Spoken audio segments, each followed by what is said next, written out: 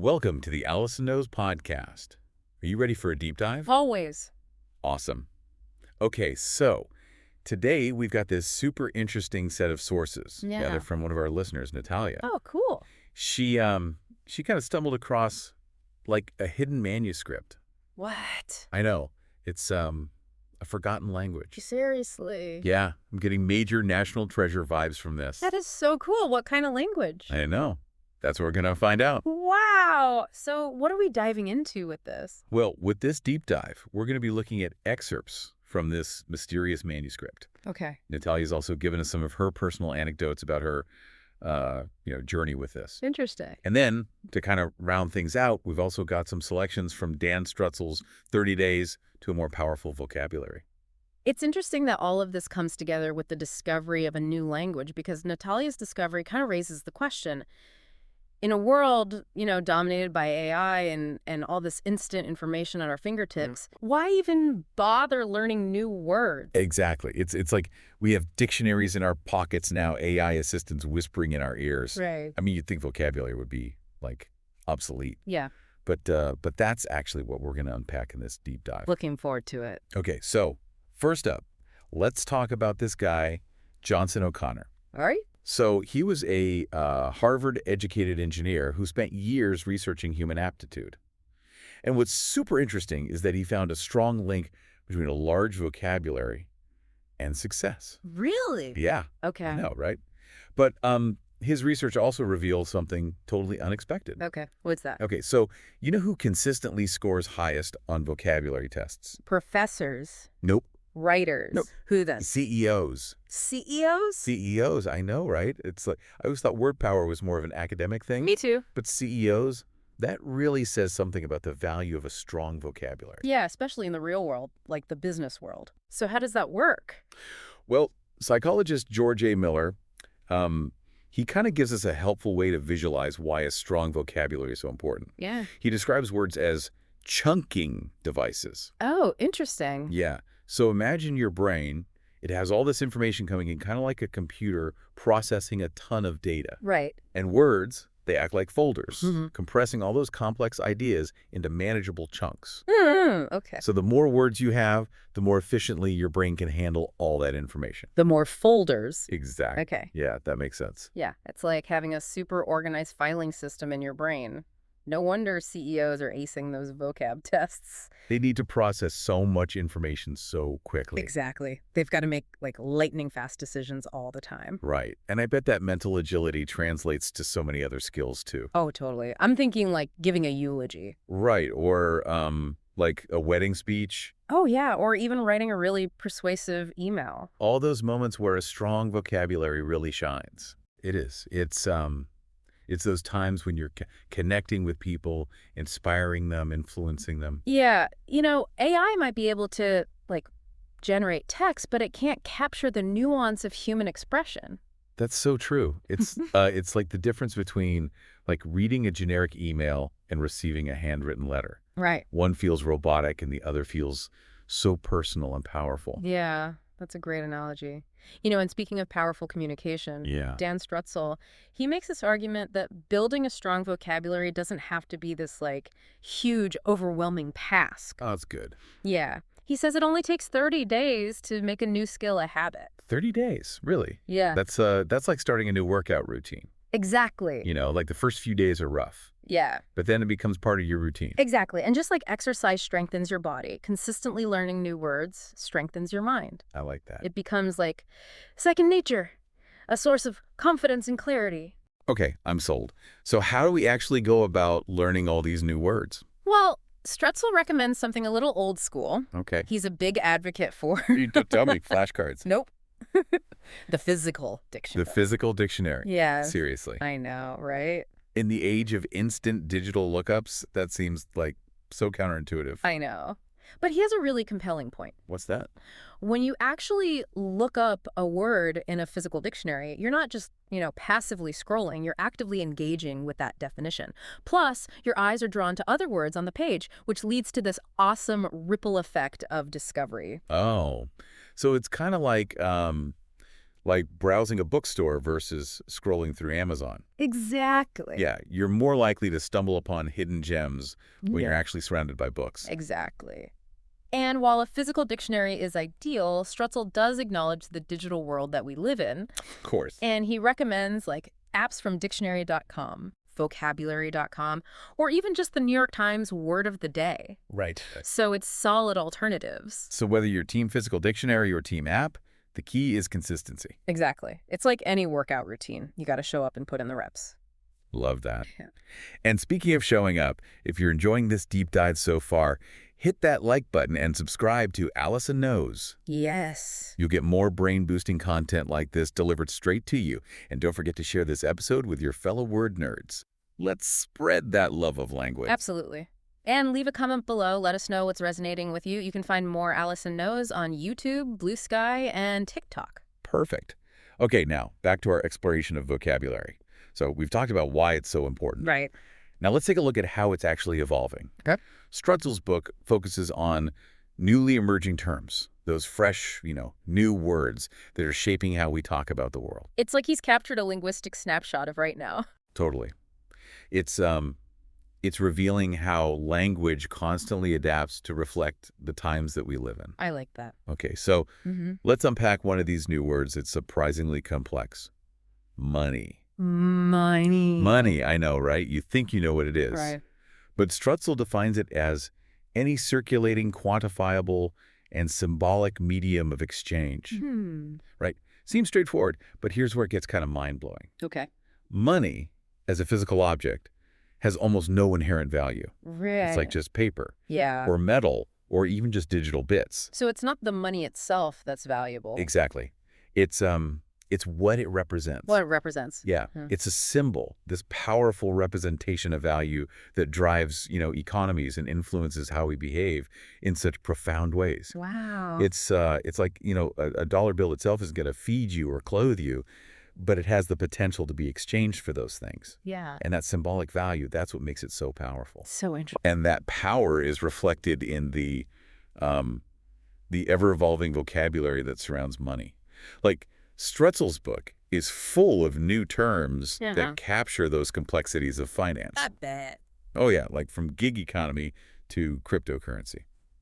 Okay, speaking of new terms, Strutzel's highlights some really interesting words that capture, like, the essence of current trends. Oh.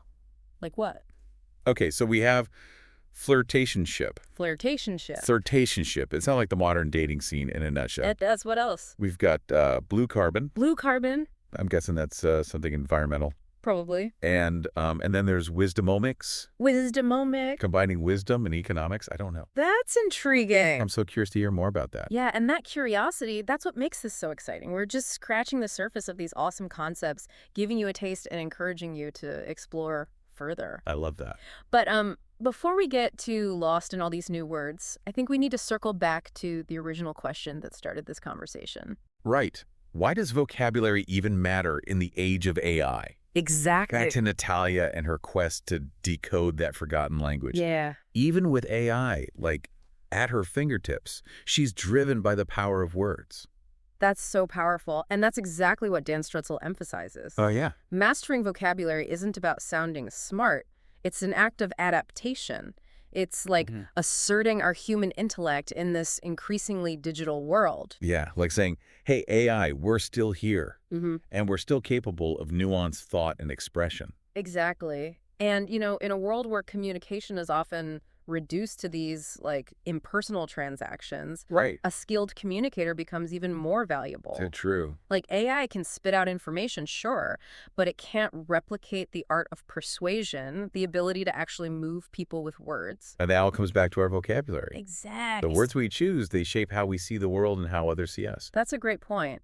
And it actually leads us to a question for you to consider as we move to the next part of our deep dive. Ooh, I like this. What words do you use every day? Mm. Do they reflect who you are and what you want to achieve? Wow. Think about it. We'll come back to this in the next part of our exploration. I'm going to be thinking about that. Can't wait. Me too. It really is. It's pretty profound when you think about it. The words we use every day, how they reflect who we are, and what we want to be. Yeah, it's like our vocabulary is a a reflection of our like inner world. Right. And by expanding it, we're also expanding like our potential. Absolutely. And Dan Strutzel actually gives us a practical framework to do just that. Really? Yeah, his book breaks down the vocabulary of like the 2020s into these thematic chapters. Each one focuses on a different domain, like money, persuasion, love and relationships, ecology, you name it. So instead of just memorizing like random words, we can actually focus on areas that,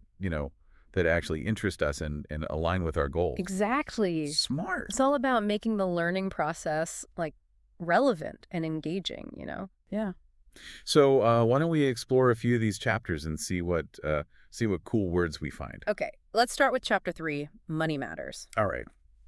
So we talked about the definition of money earlier, Right. but this chapter really dives into like the nitty-gritty of finance. It does. It's like going beyond the surface level and getting into that nuanced vocabulary that helps us really understand like the complex world of economics. Yeah, and that's important for everyone, right? Oh, for sure. Not just for like Wall Street people. Definitely. Whether we're managing our own personal finances or trying to understand like global economic trends, having that grasp of these financial terms can make such a huge difference. It's like having a secret decoder ring Right. for the world of finance. Exactly. So one of the key terms that Strutzel highlights is capital. Okay.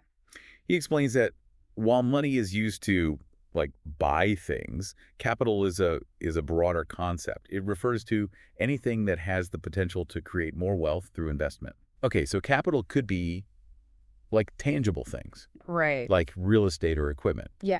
But it could also be intangible, like intellectual property. Absolutely. Or like a company's brand reputation. Right. So it's about looking beyond just the immediate value of something and seeing its potential for like future growth. Exactly. It's interesting. It makes me think about how we can invest in our own like human capital, Oh, yeah. our skills, our knowledge, our experiences. Right. It highlights how important it is to like constantly learn and grow, especially in today's, constantly changing job market. Totally. And speaking of earning a living, another term that Strutzel defines is income, Okay. which is, basically the money that we receive for working or investing. It's funny because he points out that most people think of income as just money from their jobs, Yeah. but the U.S. government has a much broader definition. What's it about? They consider any money that you get as income, Oh, really? even if you like win the lottery or find a bag of cash on the street. Huh. Uncle Sam always wants his cut. Right. But that raises a good point. How we define these financial terms, it can have real-world consequences. Absolutely. Okay. Speaking of consequences, let's talk about interest. Okay. So it's the fee you pay for borrowing money, but it's also the reward you get for lending money, right? Yeah, it's like this double-edged sword of finance. Totally. It can help us achieve our financial goals, but it can also lead to this burden of debt. And it's so interesting that the concept of interest wasn't always accepted. Really? Yeah, like for centuries it was considered a sin. What? I know. It was called usury, and it was seen as morally wrong to profit from lending money.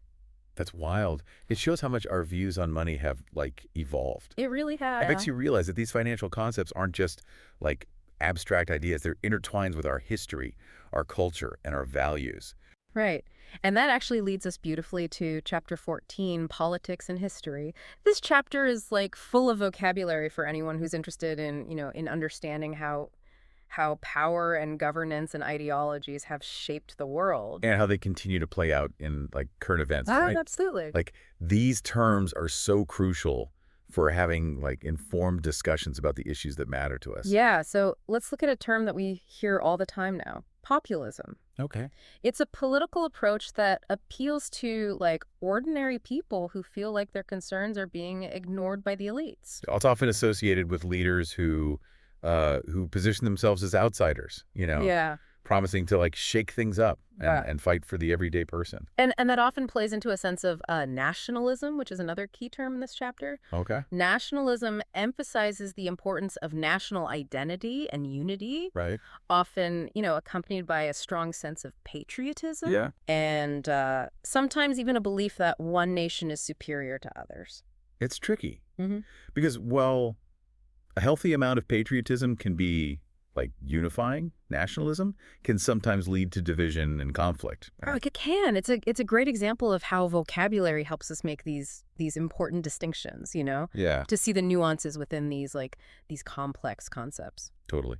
Okay, speaking of complex concepts, let's talk about globalization. All right. So this refers to the increasing interconnectedness of the world through, trade and technology and cultural exchange. Right. It's the force behind things like global supply chains, international travel, Yeah. and the instant spread of information online. The world feels like so much smaller. It does, but it's also created these new challenges, Yeah, like what? like economic inequalities and cultural clashes. Right. It's fascinating to see how globalization is like reshaping the world and how those changes are reflected in our language.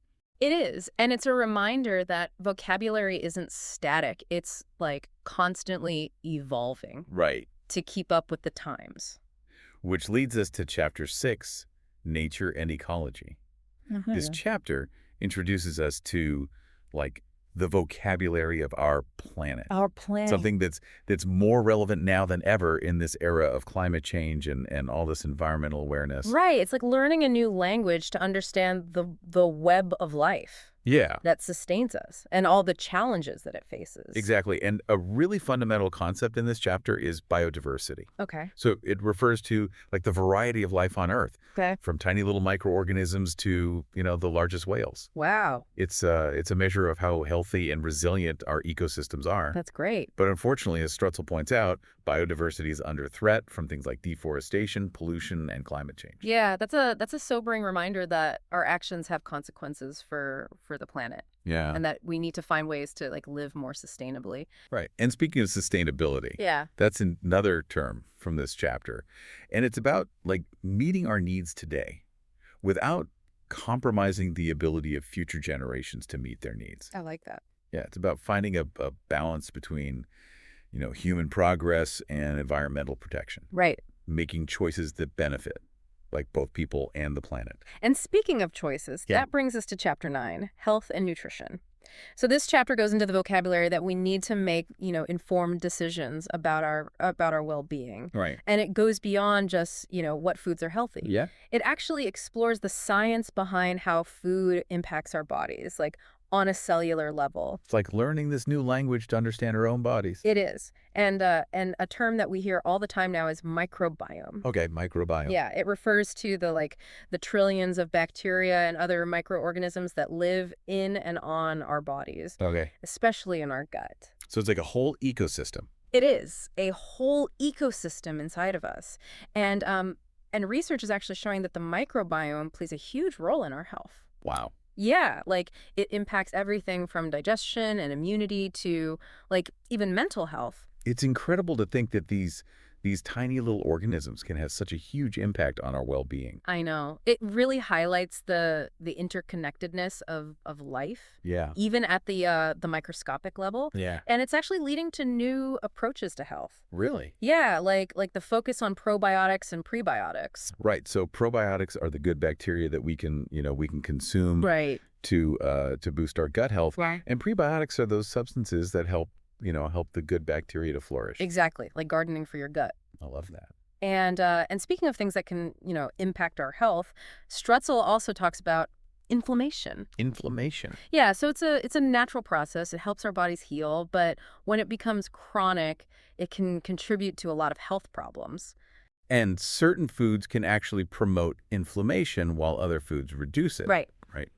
It's another example of how food can be medicine Right. and how understanding this vocabulary of nutrition can help us make healthier choices. Absolutely. And this leads to a concept that blew my mind when I first heard it, nutrigenomics. Oh, yeah, nutrigenomics. So that's the study of how food interacts with our genes. It's like what we eat can actually influence which genes are expressed, Exactly. potentially impacting our risk of developing certain diseases. Right. That's like next level stuff. It is. It really highlights that connection between our diet and our health. Yeah. And how understanding it can lead to these personalized approaches to, nutrition. If all this talk about language and learning is getting those mental gears turning, be sure to subscribe to Allison Knows on YouTube for more deep dives like this. And share this episode with your friends. Let's spread the love of knowledge. Before we jump into that final chapter of Struss's book, I just want to say this is just a taste of the vocabulary that he explores. Right. There's so much more to discover. But the key takeaway here is that by actively engaging with new words, new concepts, you're not just expanding your vocabulary, you're expanding your understanding of everything around you. It's a journey that never really ends, right? It doesn't. There's Yeah. always more to learn, more connections to make, more words to uncover. I like that. And in the next part of our deep dive, we'll explore those uncharted territories of language as we venture into the future of words and their evolving power. Ooh, I can't wait.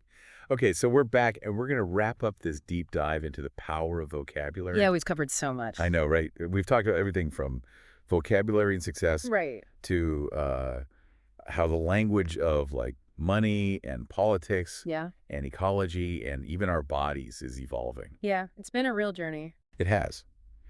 But now, for this final part, we're going to step into this realm that's like both familiar and uncharted.